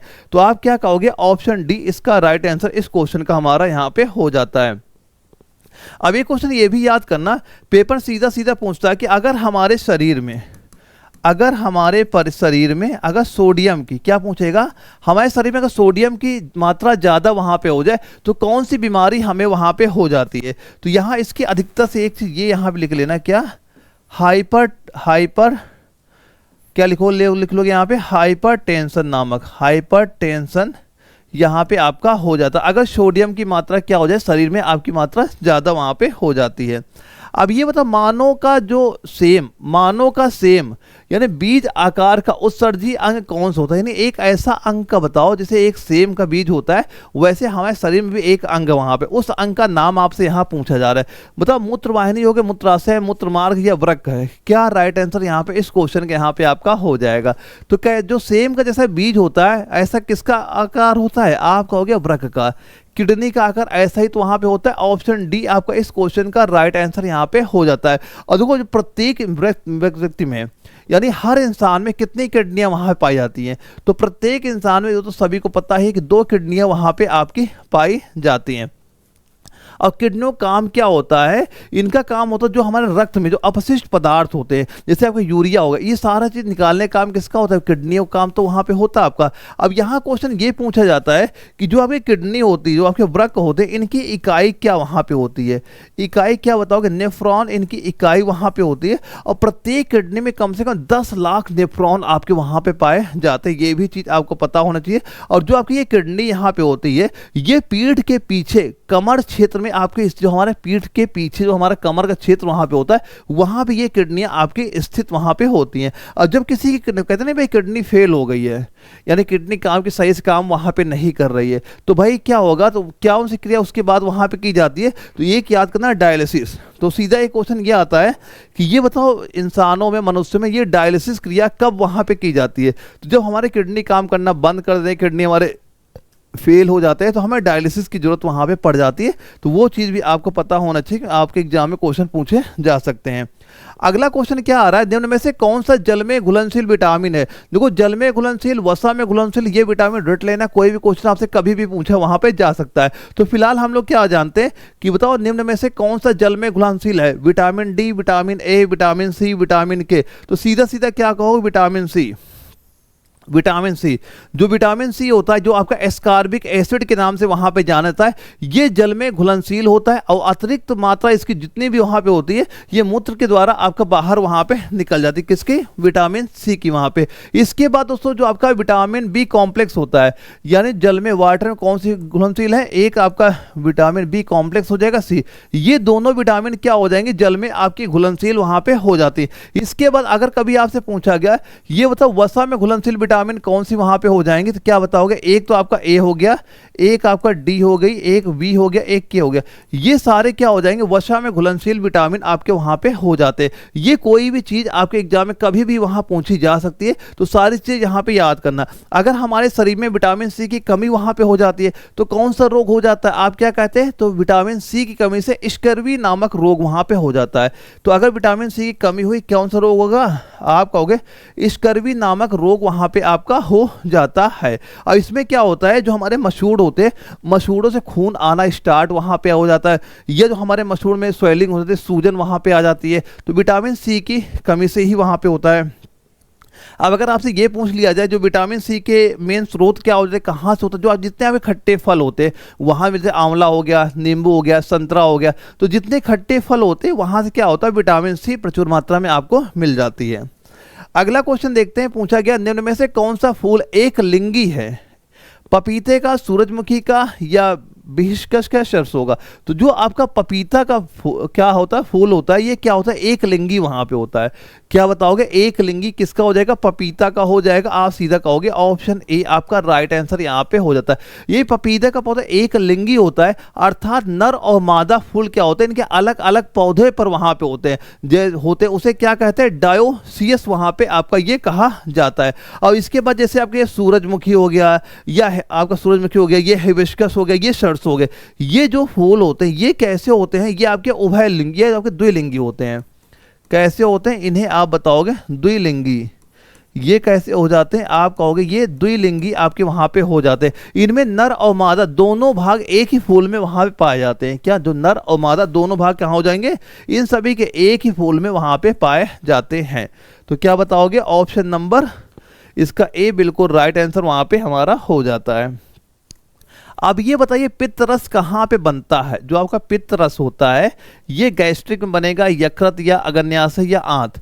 तो पित्त रस का निर्माण कहाँ पे आपका होता है, तो क्या बताओगे, सीधा सीधा इसका निर्माण होता है यकृत में। कहाँ, लीवर में। ऑप्शन बी आपका राइट आंसर यहाँ पे हो जाता है, यानी यकृत में द्वारा बनता है। और अगर क्वेश्चन पूछे कहाँ पे संग्रहित होता है, पित्ताशय में, जो आपका ग्लैंडर होता है वहां पे ये आपका संचित वहां पे होता है। तो अगर क्वेश्चन ये पूछा गया संग्रहित कहां पे होता है, क्या पूछेगा, सीधा सीधा संग्रहित कहां पे होता है, तो हमारी जो गाल ब्लेडर होती है, क्या होती है, गाल ब्लेडर होती है, ग्लाल ब्लेडर यहाँ पे होती है। पित्ताशय हमारा जो होता है वहाँ पे ये आपका संग्रहित वहाँ पे आपका हो जाता है। और ये वसा के पाचन में क्या करता है, मदद वहाँ पे करता है। जो वसा के पाचन में क्या करेगा, मदद आपकी वहाँ पे करता है। ये चीज़ आपको पता वहाँ पे होनी चाहिए। इसके बाद यहाँ पे जो गैस्ट्रिक आपका दिया जा रहा है, ये गैस्ट्रिक ग्रंथि से क्या होता है, पेट में आपके पेप्सिन और HCl बनती है। क्या बनती है, पेट में जो पेप्सिन से होता है और HCl होता है आपका, ये इसी के द्वारा आपका वहां पे बनता है। किसके द्वारा, गैस्ट्रिक के द्वारा।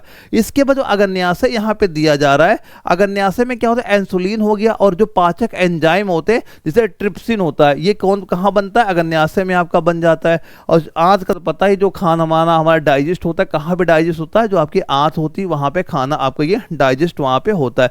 अब अगर क्वेश्चन कभी ये आपसे पूछ लिया जाए, ये बता जो आपका पित्त रस होता है, पित्त रस का रंग अगर कभी क्वेश्चन पूछा जाए तो क्या कैसा रंग बताओगे, ये इसका रंग आपका हरा और पीला, क्या हो जाएगा, हरा और पीला इसका रंग वहां पे आपका होता है। इसे क्या कहते हैं, इसे आपका बिली रूबिन होता है। इसमें क्या होता है आपका, इसका हरा जो पीला रंग होता है किसकी वजह से वहां पे होता है, तो किसकी वजह से आप बताओगे, यहाँ पे बिली, इसमें आपका बिली रूबिन की वजह से इसका रंग आपका हरा और पीला वहां पे आपका हो जाता है। और पित्ताशय में संग्रहित जो पित्त होता है ये भोजन के बाद छोटी आंत में वहां पे जाता है। ये तो आप सबको पता ही वहां पे, बस ये याद करना कि पित्त का कहाँ पे बनता है बताओगे, यकृत में, संचित कहाँ पे होता है, गाल ब्लेडर में और पित्ताशय में। ये दो चीज आपके इंपॉर्टेंट यहाँ पे हो जाते हैं।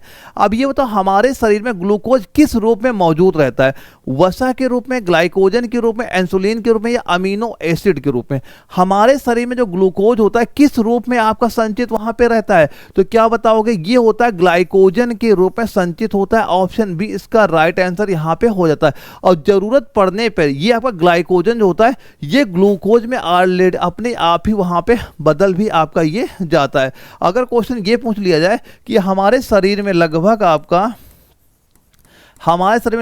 आपका ये 400 से लेके 500 लिख लेना, लगभग आपका 400 ले से 500 ग्राम आपका जो ग्लाइकोजन होता है ये हमारे शरीर में ऑलरेडी संचित वहाँ पे संग्रहित होता है। और जब हमारे शरीर की रिक्वायरमेंट वहाँ पे होती है तो यही ग्लाइकोजन जो आपका होता है ये ग्लूकोज में अपने आप वहाँ पे कन्वर्ट आपका हो जाता है। तो क्या बता दोगे, इसका राइट आंसर क्या हो गया, हमारा ऑप्शन नंबर बी इस क्वेश्चन का राइट आंसर हो जाता है।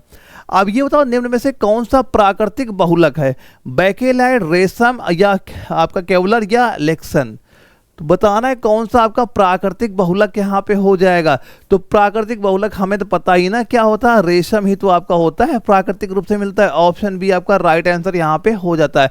यानी रेशम का प्राकृतिक बहुलक होता है जो रेशम कीट के द्वारा बनाया जाता है। जैसे आपका प्रोटीन हो गया, फाइब्रोइन हो जाता है। अब इसके बाद जो आपका बैकेलाइट यहाँ पे दिया, ये क्या होता है, एक सिंथेटिक रेशा आपका हो जाता है। इसके बाद यहाँ पे केल्वा आप दिया जा रहा है, ये भी सिंथेटिक यहाँ पे हो जाता है। तो यहाँ पे क्या बताओगे, देखो यहाँ पे जो आपके एक तो रेशम आपका हो गया, ये रेशम जगह आपका दे सकता है जैसे स्टार्च हो गया, स्टार्च भी आप यहाँ पे याद कर लेना। इसके बाद जैसे आपका सेलुलोज हो गया, क्या हो गया, सेलुलोज का नाम भी आपको याद कर लेना। या फिर जैसे प्रोटीन हो गया, प्रोटीन आपका हो गया। ये सारे क्या होते हैं, प्राकृतिक बहुलक आपके वहाँ पे हो जाते हैं। और सिंथेटिक बहुलक में जैसे ये कुछ नाम तो वहाँ पे दिए ही जा रहे हैं। जैसे सिंथेटिक में क्या हो जाएगा, एक आपका PVC यहाँ पे होता है, एक जैसे आपका नाइलॉन हो गया, क्या नाइलॉन हो गया, एक जैसे आपका टेफ्लॉन हो गया, क्या टेफ्लॉन हो गया। ये सारे क्या हो जाते हैं, टेफ्लॉन हो गया, ये सिंथेटिक बहुलक हो जाते हैं। और ये सारे क्या प्राकृतिक बहुलक आपके वहां पे हो जाते हैं। तो ये सारे क्या बताएंगे राइट आंसर, इसका ऑप्शन नंबर बी आपका राइट आंसर हो गया। तो ये दोनों नाम याद करना, प्राकृतिक और सिंथेटिक, कुछ भी आपसे वहां चीजें पूछी जा सकती हैं। अगले क्वेश्चन पूछा गया 1 ग्राम कार्बोहाइड्रेट से लगभग कितनी कैलोरी प्राप्त होती है।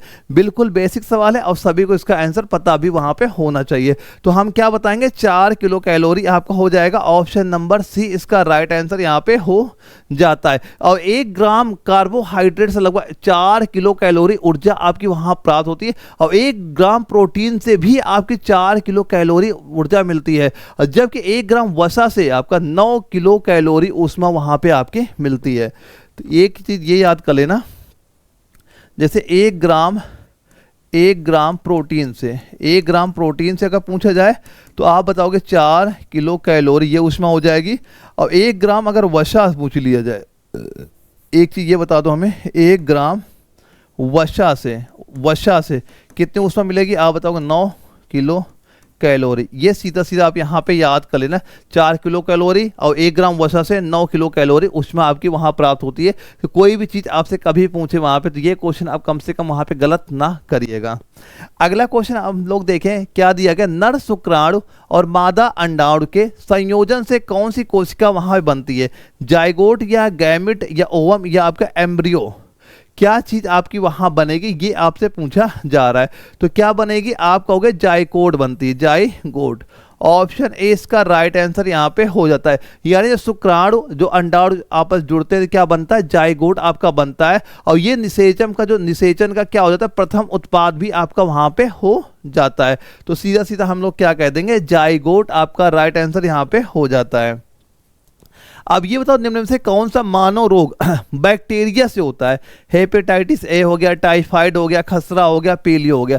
तो पूछा क्या जा रहा है, बैक्टीरिया से कौन सा रोग हमें यहाँ पे होता है, बैक्टीरिया वाला हमसे पूछा जा रहा है। तो बैक्टीरिया से कौन सा रोग होता है, आप बताओगे टाइफाइड। क्या होता है, टाइफाइड यहाँ पे होता है। और ये दोस्तों जो आपका टाइफाइड होता है, टाइफाइड जो फीवर आपका होता है, किसके द्वारा यहाँ पे होता है, एक यहाँ पे ये नाम याद करना, साल्मोनेला, मोनेला, एक टाइफी नाम का एक बैक्टीरिया वहां पे होता है, जिसकी कारण से क्या हो जाता है, आपका टाइफाइड नामक फीवर वहां पे आपका हो जाता है। इसके बाद जैसे आपका हेपेटाइटिस ए है, ये आपका वायरस से वहां पे हो जाता है। देखो ये तो वायरस हो गया। बैक्टीरिया से और कौन कौन से रोग हो सकते हैं, जैसे अगर कभी आपसे पूछा गया कि जब क्षय रोग होता है, किससे होता है, क्षय रोग सीधा कहोगे बैक्टीरिया से वहां पे होता है। या अगर टीबी बोल दिया जाए, जिसे हम लोग टीबी के नाम से आते हैं, कोई भी कुछ भी आपसे पूछा जा सकता है, क्षय रोग पूछ ले, टीबी पूछ ले। या फिर जैसे आपसे हैजा बोल दे, बताओ हैजा हो गया, ये किसके द्वारा होता है। या फिर आपको जो प्लेग नाम की बीमारी होती है, किसकी, ये सारे किससे, बैक्टीरिया से ही वहां पे आपके होते हैं। तो ये कोई भी चीज आपसे वहां पूछी जा सकती है, सारी चीजें आपको पता वहां पे होनी चाहिए। अब अगले क्वेश्चन की हम लोग बात करते हैं, बताओ रक्त के थक्के जमाने में कौन सा विटामिन मदद करता है, विटामिन ए, के या B1C। तो भाई जो रक्त का थक्का यानी ब्लड अगर नहीं जम रहा है, तो कौन सा विटामिन होता है जो आपकी हेल्प वहां पे करता है, तो आप क्या कहोगे, विटामिन के होता है। ऑप्शन नंबर बी इसका राइट आंसर यहाँ पे हो जाता है। सीधा सीधा क्या कहोगे, विटामिन, ऑप्शन नंबर बी आपका राइट आंसर यहाँ पे हो जाता है। यह जो हमारा ना कहीं मान लो किसी किसी को होता है, जैसे हीमोफीलिया जिसको होता है, तो इस मान विटामिन की कमी वहाँ पे होती है, उसका ब्लड अगर बहने लगता है तो ब्लड बहना बंद वहाँ पे नहीं होता है। तो क्या बताओगे, विटामिन के आपका राइट आंसर यहाँ पे हो जाता है। अगर विटामिन के स्रोत वहाँ पूछ लिए जाए तो स्रोत में क्या बताओगे, जैसे आपकी हरी सब्जियां होगी, पालक हो गया, या और जैसे आपका दूध हो गया, अंडा हो गया, इसमें क्या होता है आपका विटामिन के वहां से बनता है। और विटामिन ए में क्या आप याद करोगे, ये आंखों और त्वचा के लिए जरूरी हो जाता है। और विटामिन सी में हम लोग क्या याद करेंगे, स्कर्वी से आप पता वहां पे होना चाहिए। विटामिन डी होता अगर दिया होता, हम थायमीन को वहां पे जान लेते। एक चीज ये भी याद करना कि जो आपके नवजात शिशु वहां पे होते हैं, उनको विटामिन के का इंजेक्शन भी वहां पे लगाया जाता है, क्योंकि उस समय स्टार्टिंग में विटामिन के की कमी वहां पे होती है। तो जो नवजात शिशु होते हैं, विटामिन के का उनको इंजेक्शन लगाते हैं कि आखिर कभी अगर उन्हें चोट वहां पे लग जाए तो उनकी ब्लीडिंग वहां पे ना चलती रहे वहां पे, तो तब क्योंकि वहां का खून का थक्का नहीं जमेगा, तो जो ब्लड होगा लगातार आपका वहां बहता रहता है। दो चीज और याद कर लेना विटामिन में, ये अक्सर क्वेश्चन पूछा जाता है, अभी जो मैंने बताया भी था, जल में घुलनशील विटामिन, वसा में घुलनशील विटामिन। जल वाले में आपको केवल विटामिन बी और सी को यहाँ पता होना चाहिए, और जो वसा में घुलनशील है वो सारे आपको जैसे ए हो गया, डी हो गया, ई हो गया, के हो गया, ये सारे वसा में घुलनशील विटामिन आपके वहां पे हो जाते हैं। अब ये बताओ वयस्क मानव में कितने कैनाइल दांत होते हैं, क्या कैनाइल दांत होते हैं मैं सारा पूरा स्ट्रक्चर ही आपको यहां बता देता हूं तो आपको क्लियर होगा। देखो जो वयस्क मानव होता है, क्या होता है वयस्क, जो आपका वयस्क मानव होता है, अगर पूछे कुल दांतों की संख्या क्या होती है, आप कहोगे टोटल आपके 32 दांत यहाँ पे हो जाते हैं।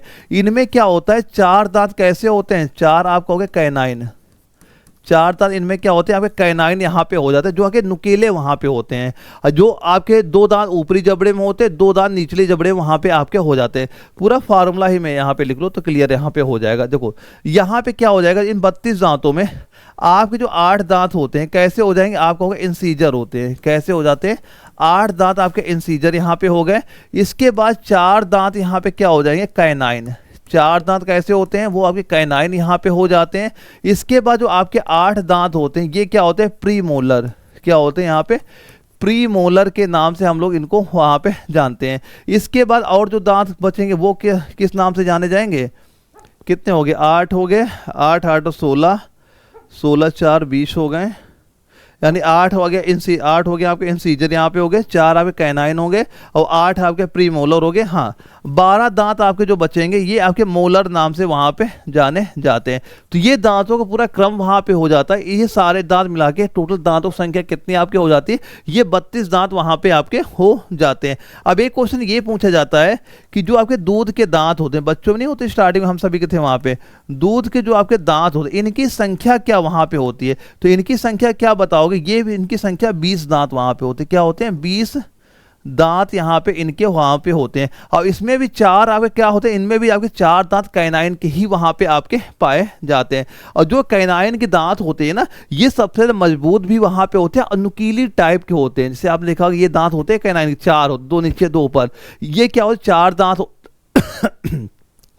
4 तो आपके वहाँ पे होते ही होते हैं और ये नुकीले भी होते हैं और क्या होते हैं? मजबूत भी होते हैं। अब इनका मेन काम देखो ये क्या था, जैसे पहले आदि मानव थे, अभी भी मान लो यूज वहाँ पे होता है कि जो आपका मांस होता है, मांस को फाड़ने के लिए इनका यूज बहुत ज़्यादा वहाँ पे होता है। जैसे हम देखो लायन होता है, शेर होते हैं, उनके सारे दांत नुकीले टाइप के ही वहाँ पे होते हैं क्योंकि वो दांत उनको हेल्प करते हैं, मांस को फाड़ने में काफ़ी ज़्यादा हेल्प वहाँ पे करते हैं।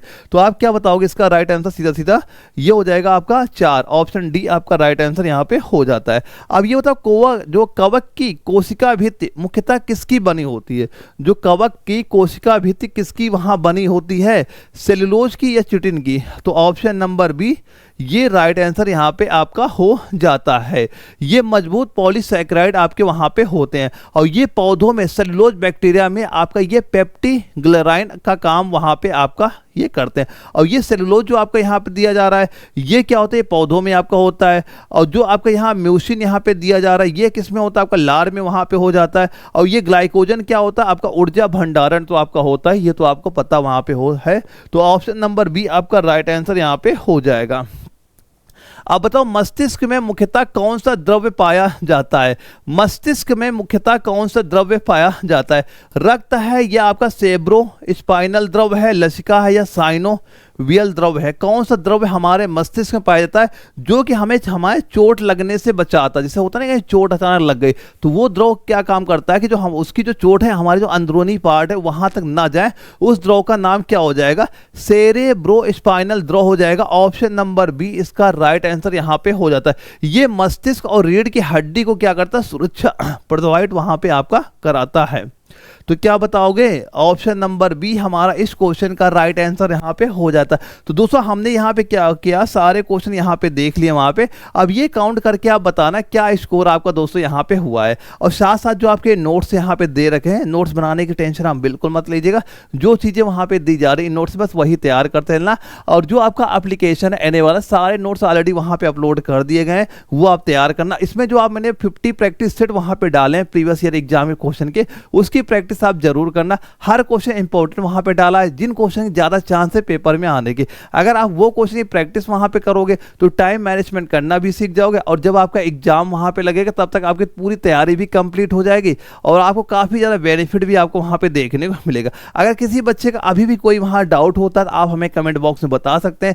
जो भी आपका डाउट होगा वो बिल्कुल आपका क्लियर वहां पे किया जाएगा। तो ओके दोस्तों, हम लोग मिलेंगे एक अगली प्रैक्टिस सेट में, तब तक के लिए जय हिंद।